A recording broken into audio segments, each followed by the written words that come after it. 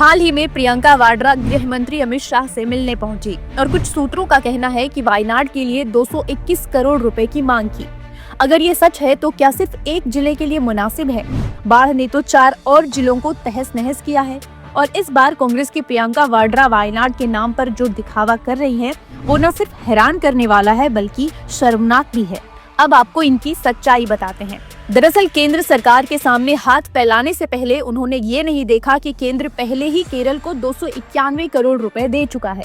अगर पैसे मांगने ही थे तो केरल के सीएम के पास क्यों नहीं गई? केरल के चीफ मिनिस्टर रिलीफ फंड में भी 650 करोड़ रुपए हैं जो केवल इसी आपदा के लिए इकट्ठा किए गए थे।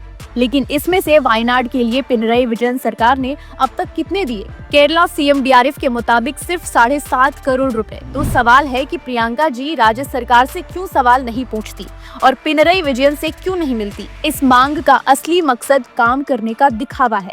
वायनाड यानी कि राहुल गांधी का पीआर जिला, वही राहुल गांधी जो वायनाड में इसी साल जुलाई में आई बाढ़ पीड़ितों से मिलने गए थे। तब उन्होंने 100 घर बनाने का वादा किया था। लेकिन जरा सोचिए, प्रधानमंत्री आवास योजना के तहत केंद्र सरकार हर घर के लिए 2.5 लाख रुपए देती है, तो क्या वायनाड के 100 घर बनाने में 2-3 करोड़ से ज्यादा लगेंगे?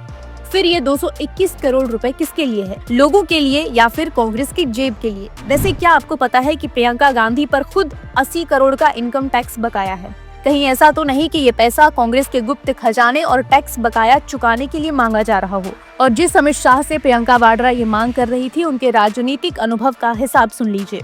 30 साल से राजनीति में, जबकि प्रियंका वाड्रा का करियर अभी ठीक से शुरू भी नहीं हुआ। उम्र 52 साल, लेकिन ड्रामेबाजी 25 की। इनको ड्रामेबाजी में यूपीए का इतिहास मालूम नहीं है, जब विपक्ष राज्यों की सरकार फंड्स और मदद के लिए तड़पती थी। 2013 में उत्तराखंड में आए भयानक बाढ़ में राहत कार्यों के लिए ट्रकों को रोक दिया गया जब तक सोनिया और राहुल ने पीआर नहीं कर लिया।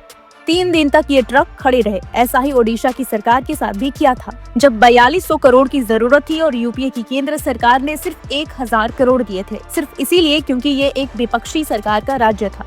ये सब जानबूझकर किया जा रहा है ताकि कल को कहा जा सके कि हमने तो मांग की थी लेकिन केंद्र ने पैसा नहीं दिया।